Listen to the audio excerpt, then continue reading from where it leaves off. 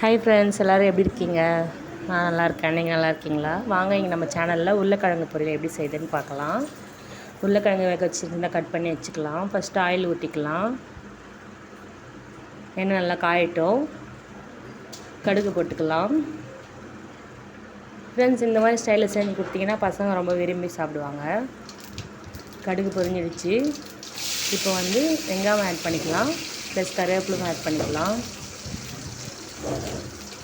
கொஞ்ச நேரம் நல்லா வதக்கட்டும். தேவையான கொஞ்சமாக வதங்குறதுக்கு உப்பு போட்டுக்கோங்க. அதான் வெங்காயம் சீக்கிரமாக வதங்கும்.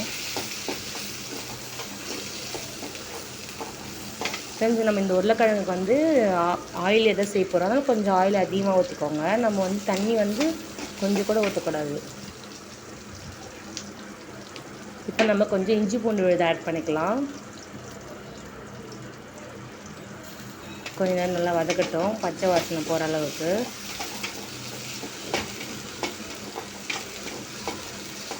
நம்ம சேனலை சப்ஸ்கிரைப் பண்ணாமல் பார்த்துட்ருக்கீங்க, சப்ஸ்கிரைப் பண்ணுங்கள் ஃப்ரெண்ட்ஸ். இப்போ நம்ம தேவையான அளவு தக்காளி போட்டுக்கலாம். தக்காளி நல்லா வதங்கட்டும்.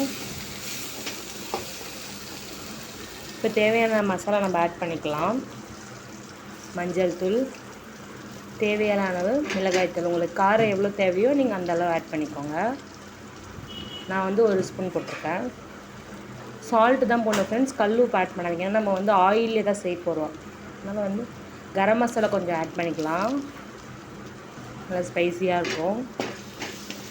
இப்போ நம்ம மெயின் இன்க்ரீடியன்ட் உருளைக்கிழங்கு சின்ன சின்னதாக கட் பண்ணி இந்த உருளைக்கிழங்கு போட்டுக்கலாம் ஃப்ரெண்ட்ஸ். இப்போ நல்லா மிக்ஸ் பண்ணி விட்டுக்கலாம். இப்போ பார்த்தீங்கன்னா கொஞ்சம் வேகட்டும். நல்லா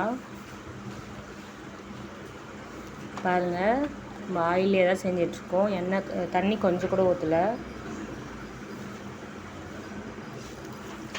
இப்போ கொத்தமல்லி தூவிக்கலாம். மேலாப்போ கொத்தமல்லி தூவிக்கலாம். இப்போ நம்ம சுவையான உருளைக்கிழங்கு பொரியல் ரெடி. வாங்க சாப்பிடலாம். Subscribe friends. பாய்.